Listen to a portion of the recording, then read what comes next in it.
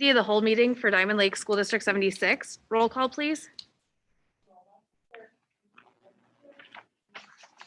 Here. Here.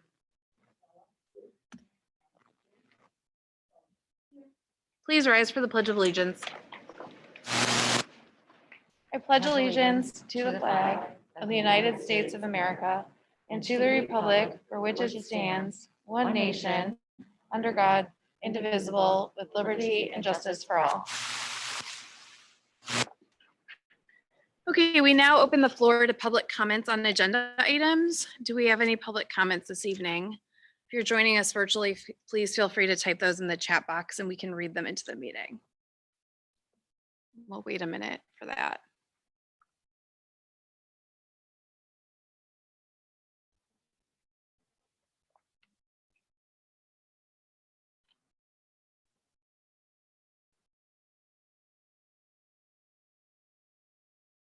I don't see any, Eric. Are there any? Okay. Okay, moving on to presentations. Right, tonight we have a special treat since we've revisited and had our Diamond Awards back in person. We have the Diamond Lake team here, part of the Diamond Lake team here, who has nominated their principal, Dr. Erica Berger, for a Diamond Award, and it's been led by Miss Alba Garcia. So come up and with your team and share why you nominated Dr. Berger. Do we go over there? Right over there by Mr. Hanson, if that's okay. And if you don't mind, when each of you presents, just to share your name and your grade level or your position at Diamond Lake.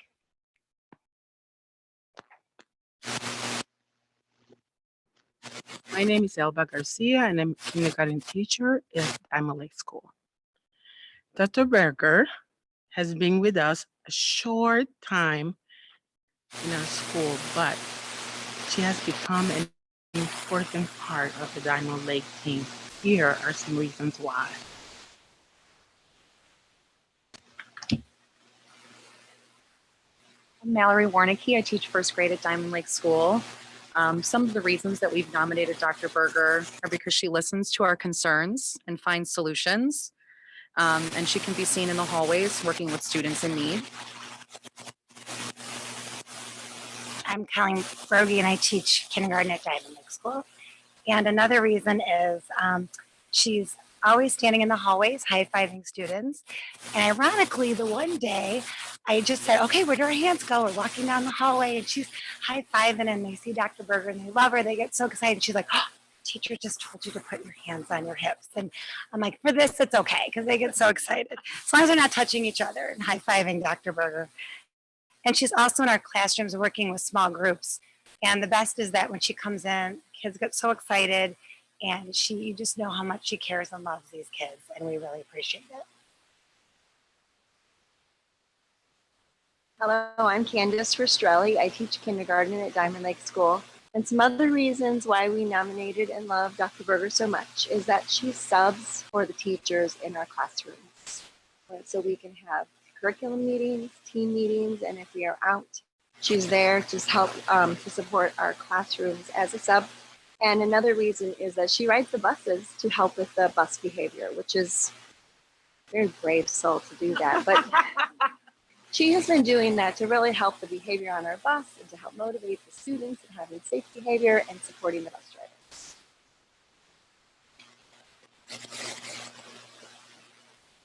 Hello, my name is Evelyn Guadarrama, and I teach first grade dual language. And another reason is Dr. Berger is out there every morning at arrival, at dismissal, every single day, making sure that everything goes well.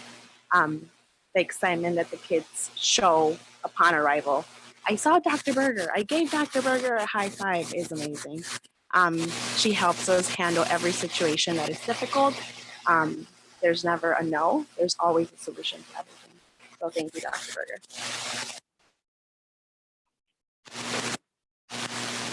Another reason is she's out there doing lunch duty and recess duty, just like anyone else.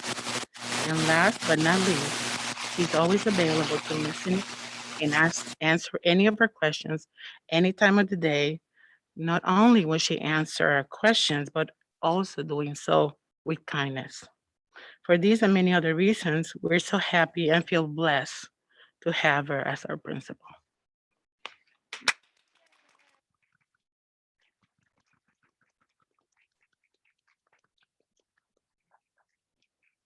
Congratulations. Thank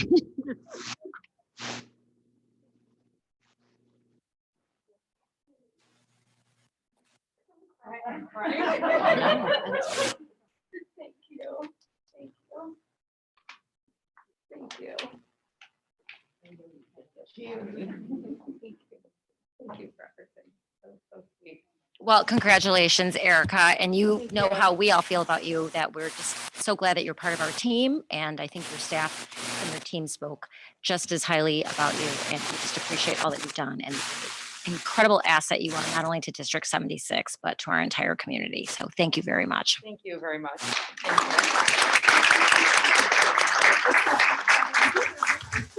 Oh, Thanks, Eric. I didn't want to overcrowd, so yes, there was something special.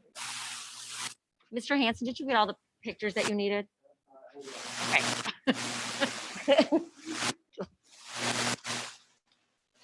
Okay, it's always great to start our meeting on such a high note. Thank you all for coming too, and thank you so much for all the work that you're doing in our district, Dr. Berger. Thank you. Okay, now we're going to move on to our business agenda. A number of items on the business agenda, a few are up for action this evening. The first item is the omnibus vote agenda, which we will be voting on at the next November meeting. The second item is up for action. It's a personnel item. Be it resolved that the Diamond Lake 76 Board of Education accepts and approves the personnel items as depicted on the agenda. We have one leave of absence and we have one retirement.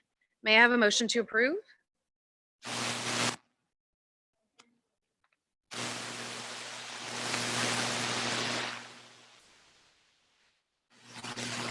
Yes. Okay, that motion is approved. The next item on our business agenda is the approval of extra duty stipends. Be it resolved, the Diamond Lake 76 Board of Education approves the recommendation to award Ms. Julie Marquez and Ms. Carrie Chanelski one-time extra duty stipends as outlined in the attached memo. May I have a motion to approve, please?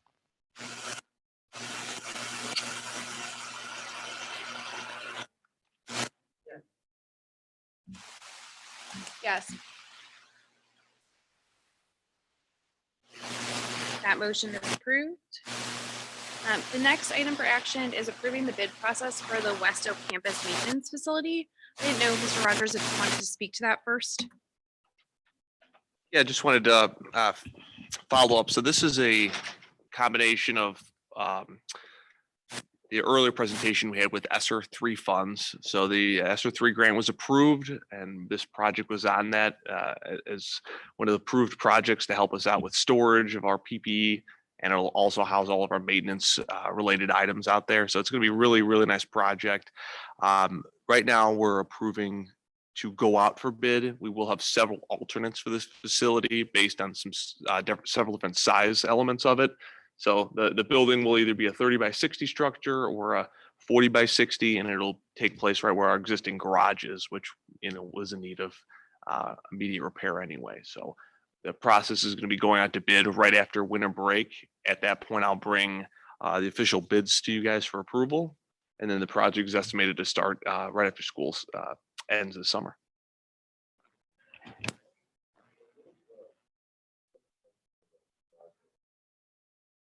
The garage is just about 25 feet wide by about 30 feet long. So it's a little under half the size. The main component of this though is it's going to be tall. So it's going to be a 2-story structure that'll allow both office space, workshop space, store all the district's vehicles, and it'll also have a bunch of high bay like you'd have at Home Depot there, where we can use our forklift and put all the different district storage elements in there rather than all the nooks and crannies we currently have it housed in.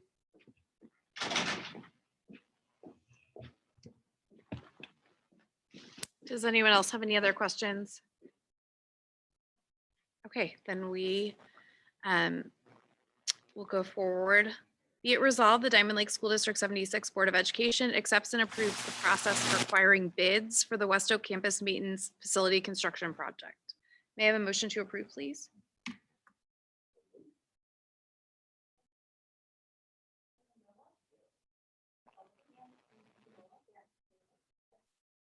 Yes. Yes. Okay, that motion is approved, and that concludes our business agenda for the evening. And we will now move on to board discussion. So for board discussion tonight, we're going to go through the positions for the IASB resolution packet I've got. So it starts on page 16.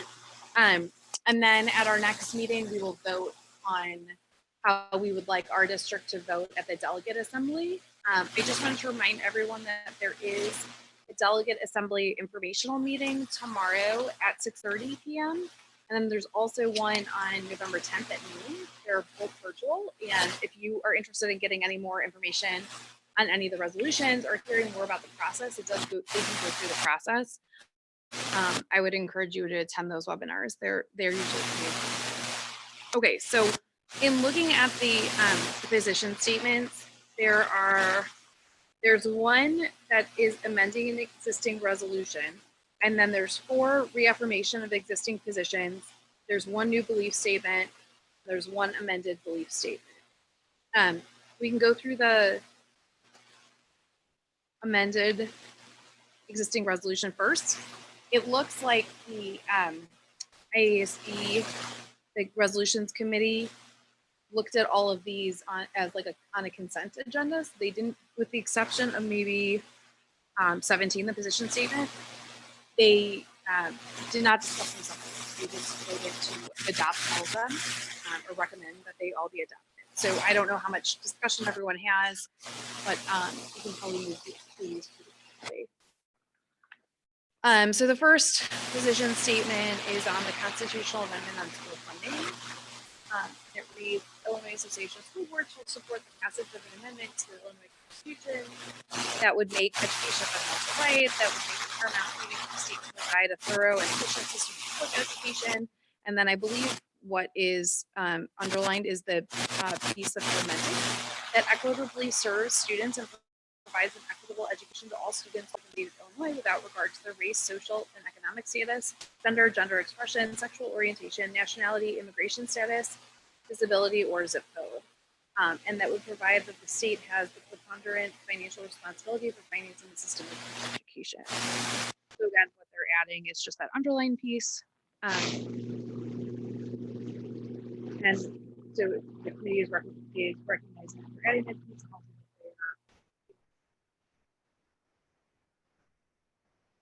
I don't know if we had any discussion on that. Committee recommends it be adopted. You see by the nodding, it looks like everyone is in agreement. Okay.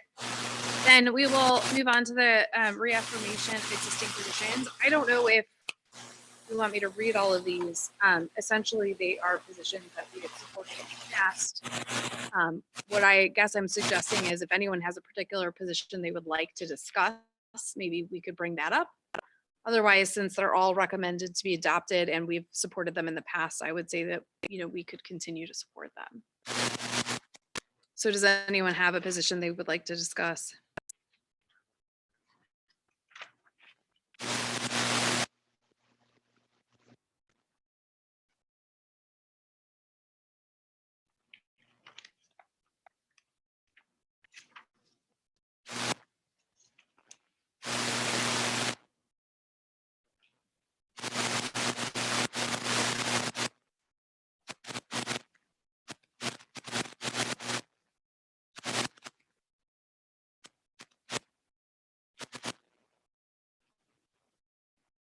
Should I take it? Okay, then there are 2 new belief statements. One is on preparing all students to succeed. The other one is on the physical and mental health of students. Or I'm sorry, the physical and mental health is amended so that it includes physical, mental,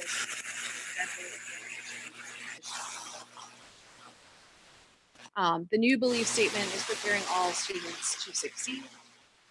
I'll read that one. Be it resolved that the Illinois Association of School Boards believes that the school district should prepare all students to succeed in state learning. To that end, IASB school district consider adopting a policy encouraging students to complete assignments in a reasonable time frame, even after review date, and developing guidelines on how to grade a student.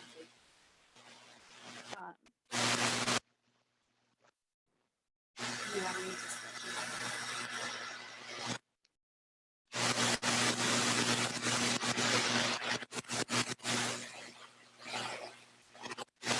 Okay. Physical and mental health. Do you have any discussion?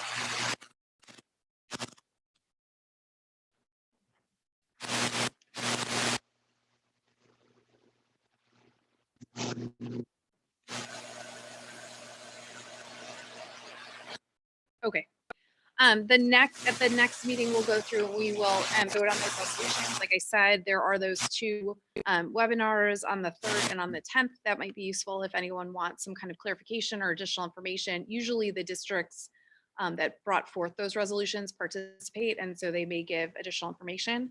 I wanted to share that I reached out to one of the like drug-free coalitions, Stand Strong. I reached out to Catalyst at Stevenson actually, because we have a club here that feeds into the Catalyst Club at Stevenson, just to ask about the cannabis issue, to see if the drug prevention coalitions had any position on accepting funding like that. Just because I think after our last discussion, it sounded like it was unclear as to whether or not that would be, like an ethical thing for a school to do, or if it would be, appropriate. And so what they said was basically that most schools agree, the majority agree, to take those funds. They see it as like any other sin tax on, like alcohol or gambling or cigarettes. And so they see that in line with it. The only thing they said was they pushed back.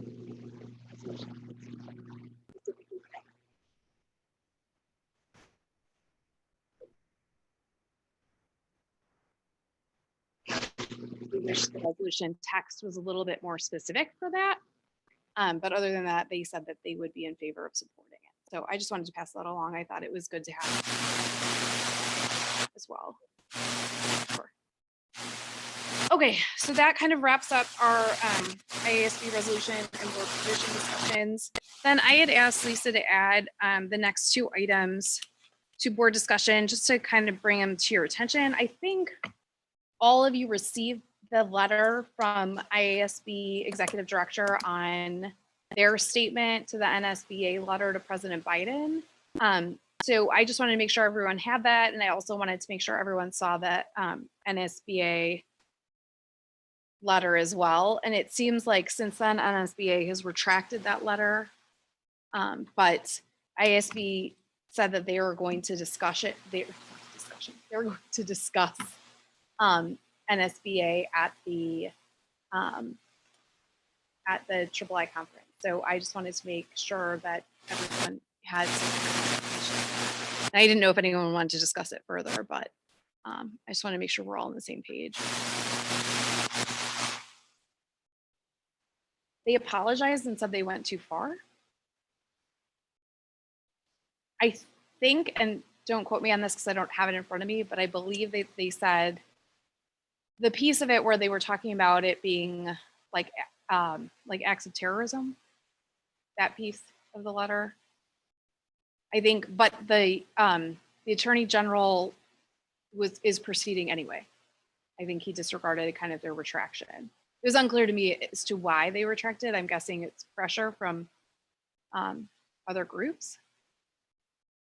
I don't know. I was surprised at IASB's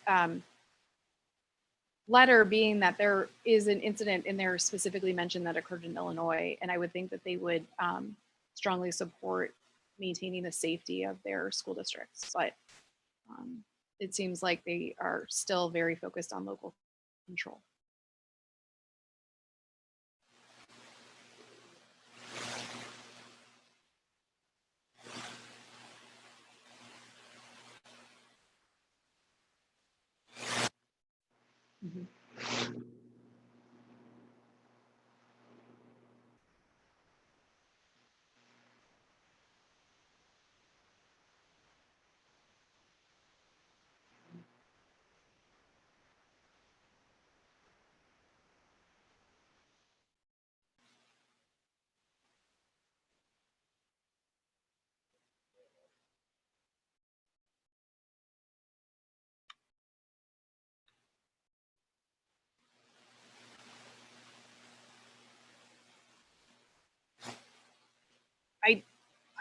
To be honest, I was kind of surprised when we got that email from them because having read NSBA's letter, I thought that to me, it made sense. It was still protecting everyone's First Amendment right.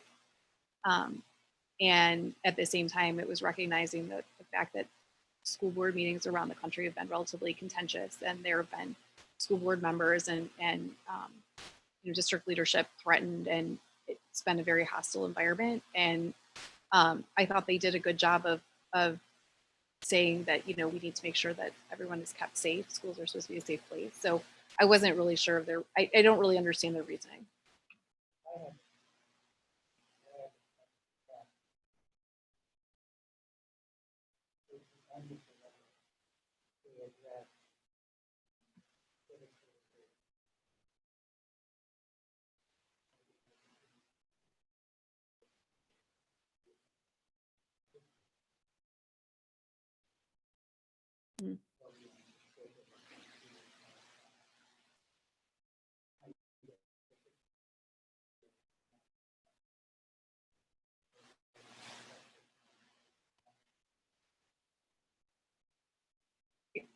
Yeah, that would make sense.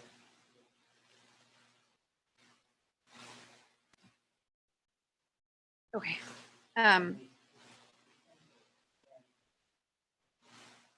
Yeah.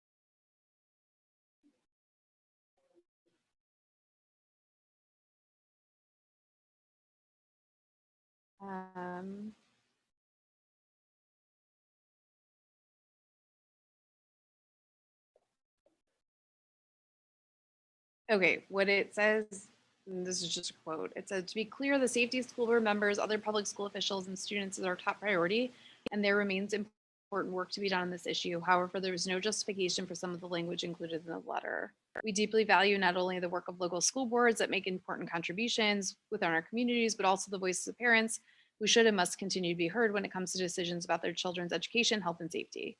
So that's, it does not, I don't have the full message, but it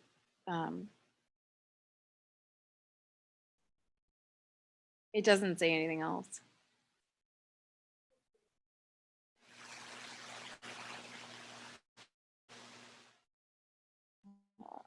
Okay. Does anyone else have any, I'm going to send you guys all the text of that, the retraction letter. I just found it. Any other comments or discussion on that particular issue? Okay. Then the next thing I want to bring everyone's attention to is House Bill 2778, which was that signed today by Governor Pritzker? Does anyone know? I don't know if it was officially signed though. Okay. It was passed in both the House and the Senate and is awaiting the governor's signature. And essentially it's a bill that will impact COVID leave. So it over or supersedes our COVID leave MOU that we had negotiated with our union. So I just wanted to put that on everyone's radar.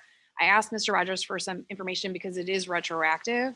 And I don't know if you have that. I don't want to put you on the spot because I know I just asked you this afternoon. So if you don't have any information, if you wouldn't mind following up with us, that's great too. Yeah, I'll end up following up with you guys on this, but we haven't had anybody who's dipped into personal leave Okay. as part of being on COVID leave at this point. We've had a couple people that have used their administrative days, but to my knowledge, we haven't had anybody dip into personal leave, which we'd have to retroactively give those days back.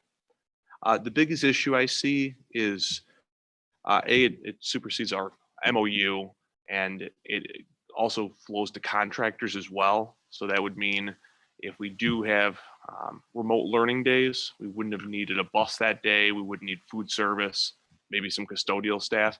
I believe this bill is indicating we have to compensate these companies for this service, which, you know, is obviously a problem that these for-profit companies, we're going to have to pay them for services now rendered.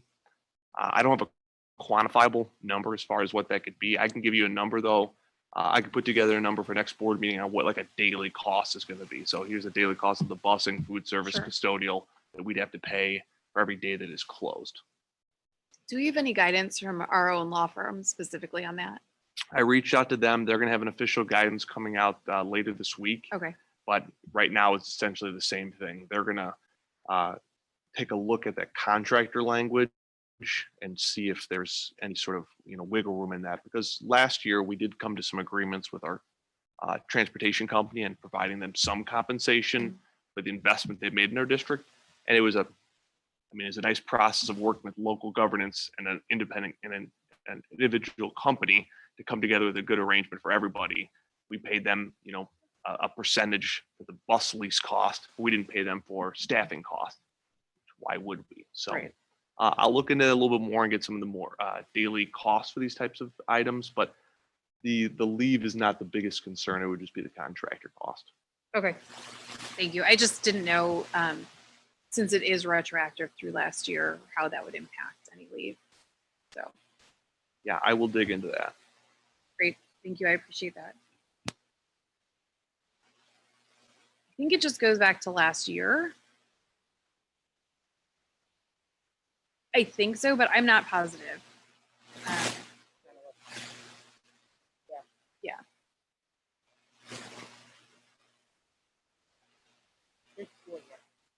I thought it was retroactive to last year. It's not. 2020/2021. Okay, when you say 2021, it's like one. It just sounds like this year. Okay, perfect. Perfect. Okay, that's what I thought. Okay, so it is just 1 year retroactive. Okay. Did anyone have any other questions on that? Okay. Then the last thing for board discussion is we are looking to change the January meeting date. We're just having one meeting in January to January 18th from the 11th because of some billing requests that we just need to be able to approve those in the month. And so if we have the meeting on the 18th, we'll be able to approve bills that need to get paid out prior to the next meeting, correct? So if everyone is okay with that, then we'll just have do we have to have a resolution to amend the calendar? Yeah, we'll just amend it. Okay. At our next meeting. Okay. It looks like we had one FOIA request, which was fulfilled on the notices of communications. We just have, as usual, the board calendar, and then also the CEDAW governing board agenda. John, are you planning to attend that meeting?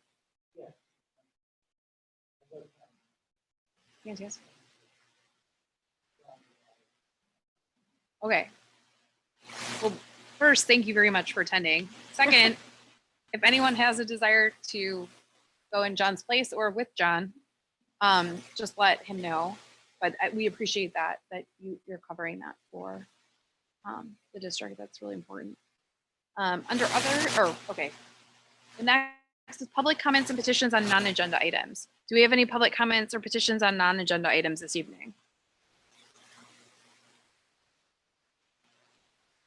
And we'll give you a second to type that into the chat if you do have a comment or question.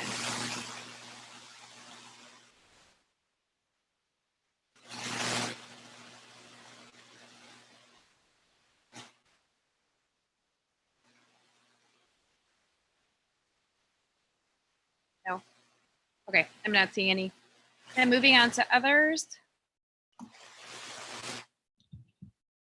So in our efforts to improve or enhance and strengthen the homeschool partnership and excellence in communications, which is one of our priorities and goals, we are having our virtual curriculum nights, which are going to kind of give an in-depth look by grade level and by department of what teachers are doing and what students' targets and their expectations, learning expectations. So as you can see the schedule, and you've been probably getting the text reminders, we've been doing them throughout the month, that West Oak Middle School will be from 7 to 8 on Monday, Intermediate School will be on Tuesday from 7 to 8, and Diamond Lake will be on Wednesday from 7 to 8. And we've also put together a survey after each of them.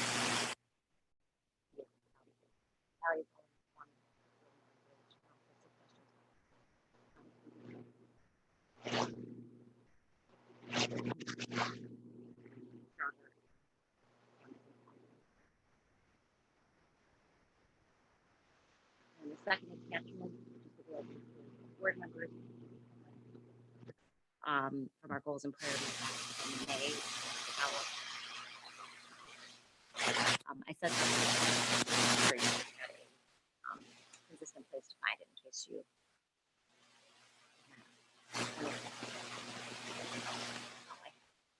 Thank you for doing that, Skylar. Does anyone have any others?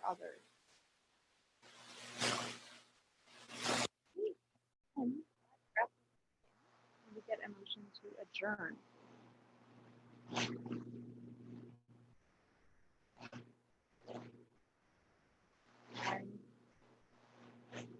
Okay, thank you very much.